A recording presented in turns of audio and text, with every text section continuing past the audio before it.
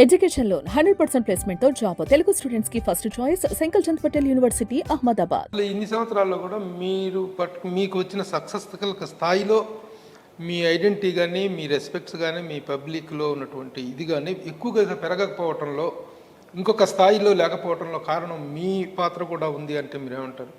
మీరు కూడా అంత నెగ్లెక్టెడ్గా ఉన్నారు. నెగ్లెక్టెడ్ కంటే యూర్ రైట్.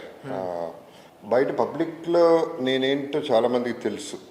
నేను ఎలా మాడతాను, ఎలా ఉంటాను, నేను ఎలా మాట మీద నిలబడతాను, మంచి కోసం కోరుకుంటాను, నేచర్ని ప్రేమిస్తాను, ఇవన్నీ తెలుసు.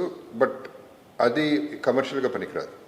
ఇండస్ట్రీలో కమర్షియల్గా ఏది పనికి వస్తుంది? లౌక్యంగా ఉండటం, 4 మాటలు అంతంగా చెప్పడం, కమర్షియల్గా మాట్లాడటం, కమర్షియల్గా బిహేవ్ చేయడం, which I don't know. So నా తరపు నుంచి లోకం అది. ఫర్ ఎగ్జాంపుల్ ఒక ఫంక్షన్కి పిలిచినా నేను వెళ్ళట్లేదు, ఎందుకంటే పొగిడి అలసిపోయాను. ప్రతి ఫంక్షన్లో అంతనే పొగడాల్సిందే. సో ఎందుకు వెళ్ళటం, ఎందుకు పొగడటం? మిమ్మల్ని కూడా పొగుడతారు, మిమ్మల్ని కూడా అభినందిస్తారు. అప్పుడప్పుడు పొగిడితే లేకపోతే లేదు. అంత దూరం వెళ్ళిన తర్వాత కూడా అడిగే వాళ్ళని పొగుడతారు, నేను అడగను కాబట్టి నా ప్రాబ్లం అది. ఇప్పుడు స్టేజ్ మీద పిలిచినప్పుడు కూడా నేను ఏదో మూలన ఉంటా, ఎదురుకుండా ఉన్నాను. ఎందుకంటే చూశాను చాలామంది వాళ్ళ ఇది ఓకే, సినిమా ఇండస్ట్రీలో ఉన్నాం కాబట్టి పబ్లిసిటీ కోసం ముందుకు వచ్చేసి అందరిని తోసుకుంటా కూడా వచ్చేస్తూ ఉంటారు. ఆ తోసుకునే ప్రాసెస్ నాకు ఇష్టం లేదు, అవసరం లేదు, అంటే చేయలేను, అవసరం లేదు. కానీ ఇప్పుడు మీ కెరీర్ కనుక ఒకసారి చూసుకున్నట్లయితే ఏ హీరోలకి తగ్గనటువంటి క్రెడిట్స్ మీ కెరీర్లో ఉన్నాయండి. కెరీర్ బిగినింగ్లోనే ఫస్ట్ సినిమాకే ఒక డ్యూయల్ రోల్ తోటి మీరు ఎంటర్ అయ్యారు. అది ఇంతవరకు ఎవరికి జరగలేదు అది చరిత్రలో. అదే కాకుండా 7 సినిమాల పాటు అట్టర్ ఫ్లాప్లు అనేటువంటి ఒక ముద్ర పడిన తర్వాత ఒక హీరో టర్న్ అప్ అవటం అనేటువంటిది, గేర్ అప్ అవటం అనేటువంటిది కూడా it is a very unusual feet, unusual success. ఆ తర్వాత కొన్ని జోనర్స్ తీసుకున్నట్లయితే నాగేశ్వరరావు గారు, సోహన్ బాబు గారు తర్వాత ఫ్యామిలీ హీరోగా 2 హీరోయిన్లతోటి ఫ్యామిలీ హీరోగా మీకు వచ్చినంత ఐడెంటిటీ ఇంకెవరికి రాలేదు. That is the place, you are the third person who has occupied that place. ఆ తర్వాత కూడా కెరీర్లో ఇన్ని అద్భుతమైన సినిమాలు చేసి ఇంత అద్భుతమైన కెరీర్ చూసిన తర్వాత ఆల్ ఆఫ్ ఏ సడన్గా ఒక్కసారి ఒక విగరస్ విలన్గా, ఒక ఫ్యూరియస్ విలన్గా టర్న్ అయ్యారు. These are all the credits which you have not claimed. ఆ క్లెయిమ్ చేసుకోవటంలో కానీ ఆ క్రెడిట్స్ని ఎంజాయ్ చేయడంలో మీరు ఫెయిల్ అయ్యారు అంటాను. మీరేమంటారు? ఫెయిల్ అయ్యాను నేను, నా తప్పు కూడా ఉంది. అంటే ఇప్పుడు ఎట్లా ఉంటుందంటే మీ అందరికీ తెలుసు, అడగందే అమ్మాయినా పెట్టదు. ఆ టైప్లో ఇక్కడ అడగాలి, అడిగేలా అంటే అడగకుండా అడగాలి, అట్లా డ్రైవ్ చేయాలి సిచ్యువేషన్. అది నాకు రాదు. మన రీసెంట్గా కూడా ఎవరో కొటేషన్ స్టేటస్లో చూస్తూ ఉన్నా, మిగతా వాళ్ళు నేను ట్రీట్ చేసే విధానం నీకు నచ్చకపోతే నీ పద్ధతి నువ్వు మార్చుకో, అది నచ్చేలా చేసుకో. నువ్వెట్ట బిహేవ్ చేస్తావు, వాళ్ళెట్ట బిహేవ్ చేస్తారు. బట్ నాకు అది రాదు, అది నా లోపం. సో అడగటమో, లేకపోతే నేను ఉన్నానని ముందుకు రావటమో, నన్ను చూడండి లేకపోతే మీకు రిపర్కషన్స్ ఉంటాయి అనే భయం ఏదో ఒకటి ఉండాలి ఇండస్ట్రీలో, లేకపోతే పక్కకి నెట్టేస్తారు. ఎంత సక్సెస్లో ఉన్నా నెట్టేస్తారు. సో లోపం నాలోనే ఎక్కువ. ఆ లోపాన్ని సరి చేసుకునేటువంటి కష్టం, ఎన్ని నెలల తర్వాత కష్టం, ట్రై చేయటం కూడా వేస్ట్. నేను ఎంతైనా ఫిక్స్ అయిపోయాను, ఇలాగే ఉంటాను. That is what you are. Yeah, that is what I am. But I get hurt also at times, because నేను అడగడు కాబట్టి మరీ చులకనైపోతాను సిచ్యువేషన్. రోజుకి ఏమన్నా జగపతి బాబుగా వస్తాడులే టైంకి, ఫోన్ చేయవసరలా అనేది అదొక చులకన. అదే రాని ఆర్టిస్ట్ వచ్చాడు, అమ్మమ్మ వచ్చేసారు, ఆయన జాగ్రత్త బాబు చూసుకోండి అని అటెన్షన్ ఎక్కువ ఉంటుంది. అటెన్షన్ మనకి ఎందుకు ఉంటుంది అంటే ఎట్టగా వస్తాడు, ఎట్టగా చేస్తాడు, ఎట్టగా వెళ్ళిపోతాడు.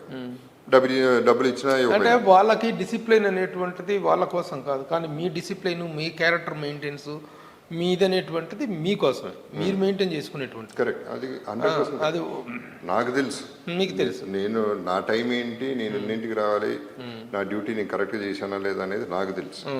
So I'm answerable to myself. Okay, salability is different from value అండి.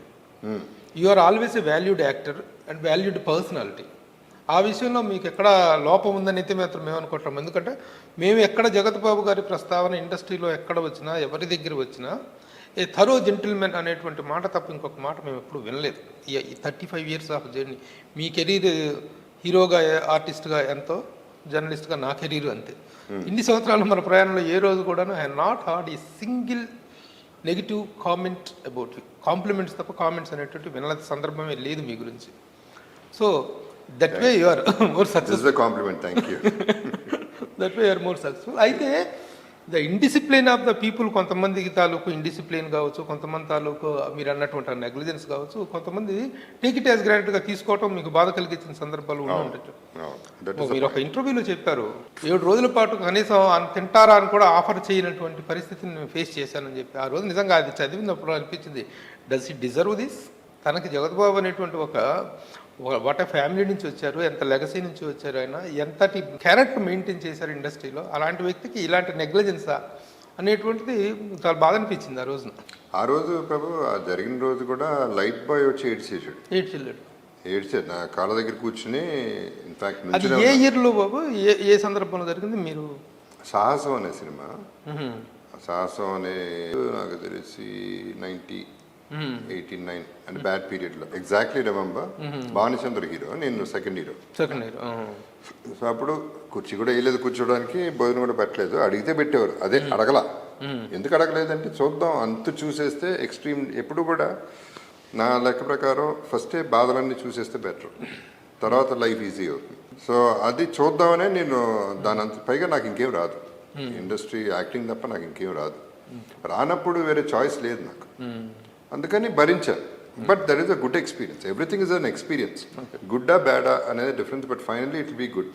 Bad is also good. ప్రతి ఎదురు దెబ్బ ఒక అనుభవం, ప్రతి అవమానం ఒక అనుభవమే కావాలి.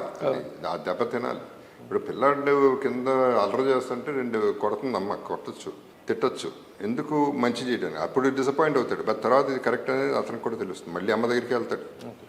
అట్లాగే మనం కూడా నేచర్ దగ్గరికి వెళ్తాం. మళ్ళీ పెద్ద పాప పేరు మేఘన. తను కదా మ్యారేజ్ చేసుకున్నారు, అమెరికన్ చేసుకున్నారు. చిన్న పాప అండి?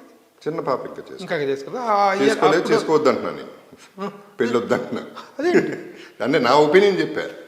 నేనైతే బలవంతం చేయను, నువ్వు చేసుకుంటానంటే చేస్తాను, నువ్వు ఎత్తుక్కో, నేను ఎత్తకను. ఎందుకంటే ఇంకా నేను నమ్మలేకున్నాను. 100% పెళ్లి చేయాల్సిన బాధ్యత కదా. ఏంటిది బాధ్యత? తొక్కల బాధ్యత అది. నేను నమ్మను అసలు, అది బాధ్యతే కాదు. అది మీరు చేయకపోతే చేయకపోయారు, తనని చేసుకోవద్దని చెప్పడం ఏంటి? నా ఒపీనియన్ చెప్పా. నేను పెద్ద పాపకి చేసుకోమన్నా, అది నేను చేసిన తప్పు. అంటే తను తన తర్వాత నచ్చి తను చేసుకుంది ఓకే, బట్ నేను చేసుకోమంటే కరెక్ట్ కాదు. బాధ్యత అనేది రాంగ్ వర్డ్ నా ప్రకారం, అది నా ఒపీనియన్. అది నీ బాధ్యత ప్రేమ ముఖ్యమా, బాధ్యత ముఖ్యమా? నువ్వు నిజంగా ప్రేమిస్తుంటే అవతల మనిషిని, అది బాధ్యత కింద తీసుకోకూడదు. నీకేం కావాలి, నాకేం కావాలి? నువ్వు బాధ్యత అన్నప్పుడు నువ్వు పెళ్లి చేసుకోవడం నాకు కావాలి.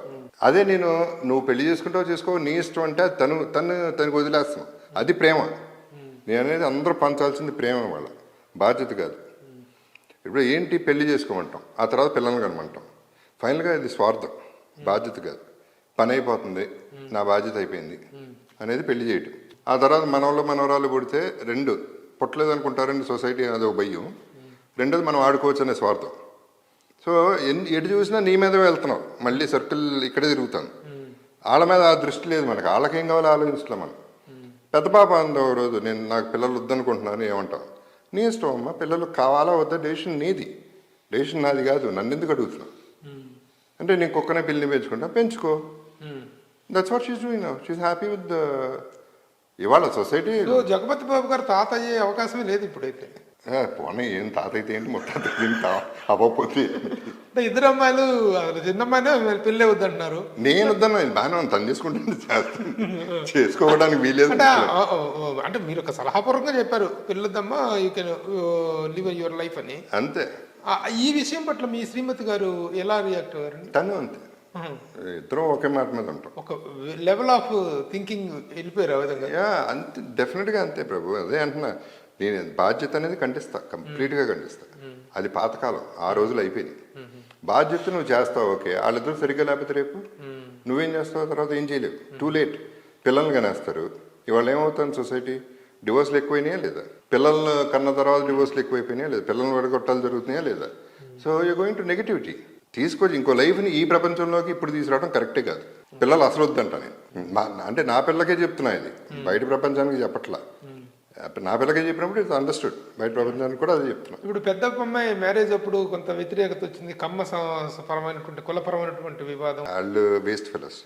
వాళ్ళు అంటే మా ఫ్యామిలీలో రాలా ఆ ఇష్యూ. బయట ఆడి ఎవడో ఏదో అంటే ఏంటి కమ్మ ఇప్పుడు నువ్వు నిజంగా ఆడు ఎవడో అడ్డమైనాడు ఎవరో నాది కమ్మ క్యాస్ట్ కమ్మానే అయితే ఏంటి కమ్మ అయితే ఆడిష్టమేనా ఆర్టిస్ట్ చేయడానికి అడిగి రైట్ ఎక్కడ ఉందో మేము హ్యాపీ ఇక్కడ ఇంకోటి ఎవడో అమ్మ మన కమ్మ కమ్యూనిటీ పడిపోతుందంటే ఆడు మూర్ఖత్వం అది ఆడు మూర్ఖుడు అదే మాదిగడికి ఇచ్చి పెళ్లి చేస్తారా మాలాడికి ఆడెవడో అసలు డిసైడ్ చేయడానికి డెసిషన్ మా అమ్మాయి చేసుకుంది నేను కాదు డెసిషన్ రెస్పెక్ట్ చేస్తాం అంతే ఆడెవడైతే ఏంటి ఇదేం న్యాయం అక్కడ క్యాస్ట్ ఎలా వస్తున్నాను I'm not against Kammas Prabhu I'm against casteism the way it is used వీళ్ళు వాడే పద్ధతి నేను అనేది అంత నమ్మకం ఉన్నప్పుడు నీ పనాలను కూడా కమ్మాలనే పెట్టుకో నువ్వు పడుకునే వాళ్ళని కమ్మాలతోనే పడుకో అప్పుడు అందరూ ఓకే అప్పుడు చూస్తున్నారా ఎవరన్నా మీరు అమ్మాయి దగ్గరికి వెళ్ళినప్పుడు నువ్వు కమ్మ కాపా అడుగుతున్నారా లేదుగా పనాలను పెట్టుకున్నాడు కమ్మాలనే పెట్టుకున్నారు లేదుగా అక్కడ మాత్రం అవసరం ఎవడైనా ఓకే అక్కడ పని జరిగిపోవాలి ఇక్కడ పని జరగాలి ఏంటి మన కమ్మ అని మళ్ళీ కమ్మ కొట్టుకుంటూ ఉంటారు ఏంటిది జడలు విప్పి నాట్యం చేస్తుంది కదా బాబు కమ్మదనము కాపుదనము రెడ్డితనము అన్ని తలకాయ కుల పిచ్చి అనేటువంటిది ఒక పీక్ పతాక స్థాయికి వెళ్ళిపోయింది ఈ రోజున. పిచ్చి ఉంది, కులం లేదు అక్కడ. కులం కాదు పాయింట్. అది అదే అంటున్నా, నా అనేది ఇందాక చెప్పేది అదే. ఇప్పుడు నేను విజయవాడలో పుట్టా కాబట్టి విజయవాడ నాది, విజయవాడ అంటే చిన్న ఫీల్ అవుతాం. ఓకే, ఏంటి విజయవాడకి నాకు సంబంధమే లేదు, పుట్టే అంతే. అది ఎట్లా నాది అవుతుంది? Wrong notion. ఆ తర్వాత నేను చెన్నైలో పెరిగాను, చెన్నై నాదా? వైజాగ్లో పెరిగాను, వైజాగ్ నాదే, ఇప్పుడు హైదరాబాద్లో ఉన్నా. ఏది నాది? ఫైనల్లీ ఏది నాది కాదు. So what are we trying to say? ఇక్కడ నేను పుట్టాను కాబట్టి నాకు ఇంపార్టెన్స్ ఇచ్చుకుంటున్నా, కానీ ఆ ప్లేస్కి ఇంపార్టెన్స్ ఇవ్వట్లా. అది అబద్ధం. క్యాస్ట్కి ఇంపార్టెన్స్ ఇవ్వట్లా. నేను కమ్మలో పుట్టా కాబట్టి కమ్మాడితో ఉండాలనేది. అవతలాడు మంచోడు కాదు, వాళ్ళు మంచి క్యాస్ట్ కాదు, వాళ్ళు చిన్న క్యాస్ట్, చెత్త క్యాస్ట్, ఏంటది పిచ్చి మాటలు, పిచ్చి మాటలు. ఇదే వీటి మీద ఎక్కువ థ్రైవ్ అవుతున్నారు. ఒక గొప్ప సంస్కరణ అదే. మీరేమో ఏది మాట్లాడినా అది నాకు సంబంధించింది కాదంటారు. డబ్బులు ఇవ్వటంలో ఉన్న ఆనందం అంటే అది నా స్వార్థం కోసం, నా ఆనందం కోసం, నా కోసమే చేస్తున్నాను. ఇప్పుడు ఇది మాట్లాడిన మాటలు కూడా నేనేదో పెద్ద సంస్కరణవాదిని అనుకోవటం కోసం కాదు, నా అభిప్రాయం అనే అంటారు మీరు. అవును, 100%. నాకు అంత తెలియలేదు, అదేం కాదు, నాకు అది అంత సీన్ లేదు. అది ఫస్ట్ నా వరకు నేను ఎలా హ్యాపీగా ఉండగలను అనేది ఆలోచించగలను నేను. But you love to be free at every point. 100% free, అది 100% ఫ్రీడమ్ కావాలి. Wonderful spending with you. ఇది మా సుమన్ టీవీ ప్రేక్షకులకు కూడా మంచి ఒక ఎంటర్టైనింగ్ ఇంటర్వ్యూ అవుతుందని ఎక్స్పెక్ట్ చేస్తున్నాను. Thank you very much. Suman TV కూడా వెల్కమ్. సుమన్ టీవీ కూడా బాగా పెరిగిపోయింది. It's doing very well. I'm really happy about it. Congratulations, keep it up. And ప్రేక్షకులందరికీ interview, I think it's a long interview, but I hope you enjoyed it.